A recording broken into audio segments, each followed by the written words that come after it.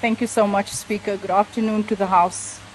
This debate is about unifying women, International Women's Day, not about parochial party politics. Shame on those who make it about their party and not about the women in battle in our country. International Women's Day, a day set aside where we unite in commemorating women's struggles for equality, liberation, and safety, and end to poverty. Instead, in this House, just now, we witnessed the exact opposite of why we are here today and the purpose of this debate. While we are obsessed with being international darlings, our House is in a complete mess with the continuous disunity amongst us as women.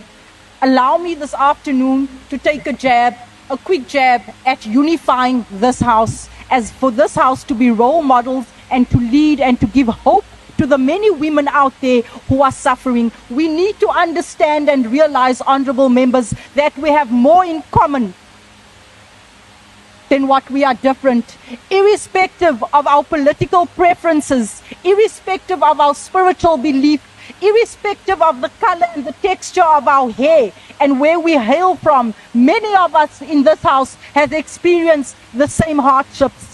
Raise your hand, as I'll be the first to raise my hand. If you have a family member, a child addicted to drugs, I am standing as that mother. Raise your hand if you know someone that has been subjected to gender-based violence. Raise your hand if you know someone in your family that has been raped. Raise your hand if you've been rejected. Raise your hand if you've gone to bed as a woman not knowing where the next meal for your family is coming from. Raise your hand if you've had to show up despite the many battles you face, and you've had to show up despite how you feel. Raise your hand. Raise your hand if you've been left out from the table. Raise your hand if you are sick and tired of seeing the ill and the injustices being served on our women simply because we belong to different political parties. Shame on you if that is you. Today I want to stand here and say the only true chance we have at total and complete emancipation of women, not only women, we cannot leave out the men and the boys of this country. We too need you in our corners.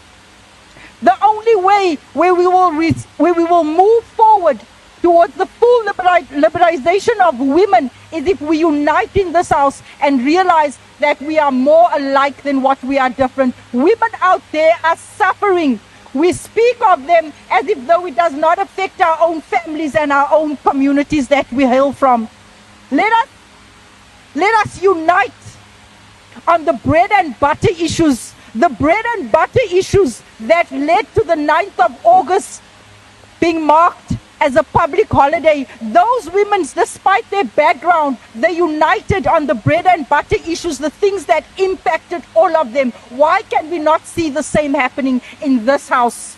In this House sits the women and the men that leads the country. The women and the children at home are looking to us to guide them and to inspire them. Be reminded this afternoon, despite the difference of hair texture and color and political parties, we can make a difference when we realize that we have more in common. I thank you.